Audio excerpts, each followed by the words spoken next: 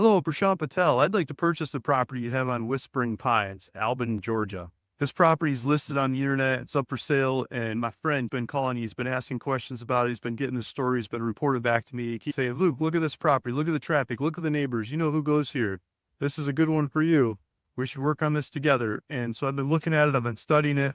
I know a coffee shop that I think can use part of this property quite well. And then I get to split the property off for another tenant for the rest of the property. I like the size of the property and I like the neighbors. It sounds like the zoning needs to be fixed to go commercial and full on drive through. So I'm asking for some time to fix the zoning on this property to get it to that phase. I'm also asking for a master lease phase of this property. This allows me to work with the tenants to put the property together and make it happen in multiple ways. The benefits of this master lease phase is the deposit that I'm offering in this goes hard. It goes to you, it goes in your pocket like pretty darn soon. As soon as I get the tenant lined up and they're ready to go, and I say, okay, let's go for it.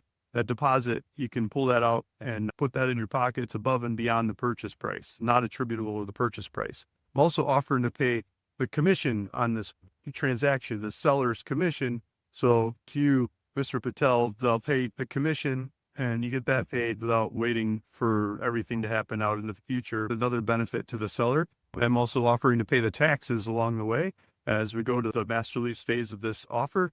And so I'll pay the taxes going out into the future and pay rent as soon as the tenant opens, starts paying rent. I'll pay you rent accordingly to this agreement that I've sent and or on the deadline that's in the agreement. So you can start collecting rent. In the meantime, what I would like to do is offer the tenant to use this property, build it for them, make it really easy for them to come open their business here and go sell it on the markets. I would like to sell it on the markets as soon as I can, probably even a couple months before they start paying rent, but it might take a little bit longer to go sell it out into the markets as they start paying rent and use that to pay you off, pay you for the property.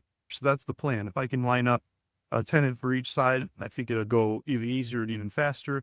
But I think one tenant could knock this over and the first one would pay the bills and the rest of it would be for fun, right? And make it worth my time. So that's what I'm asking for in this offer. That's what I'm looking for. That's how this thing is structured. Feel free to ask questions. Proof of funds is there included with it. My contact information. Feel free to look me up all over the internet. Lots of different real estate deals I've done. Got lots of different comments and history and people that have bought properties from me, people that have sold properties to me, all kinds of different partners. Money partners, finance partners, JV partners, 1,000 plus, 1,500 plus YouTube videos about all kinds of different land deals. For each video, there's probably 5 other properties behind it that happened, a chain reaction because of that video or down the way.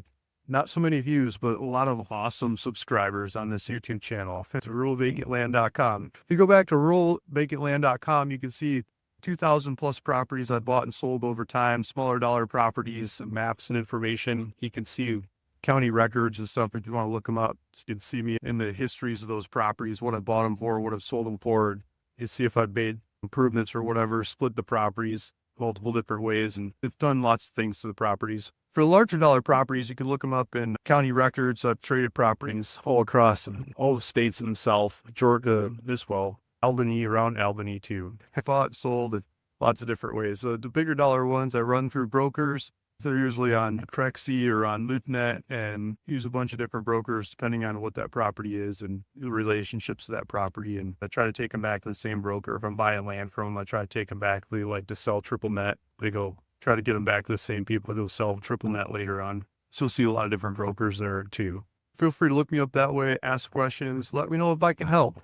If you're interested in the data side of these kinds of deals, I'll put a link in the description below to a little community where we talk about the data side of doing these kinds of deals. I'm very interested in the data and crunching data, figuring out data to make these deals happen. I think your data approach is a very prosperous approach to making real estate happen, using statistics and compare properties and tenants and strategies and kinds of things back and forth. Feel free to join me on that link. I do live presentations on there. There's a calendar. You can go to those. They're free and we learn from each other by sharing information. Thanks for listening. Thanks for watching. It's Luke Smith, ruralvacantland.com. See you the next one. Fine.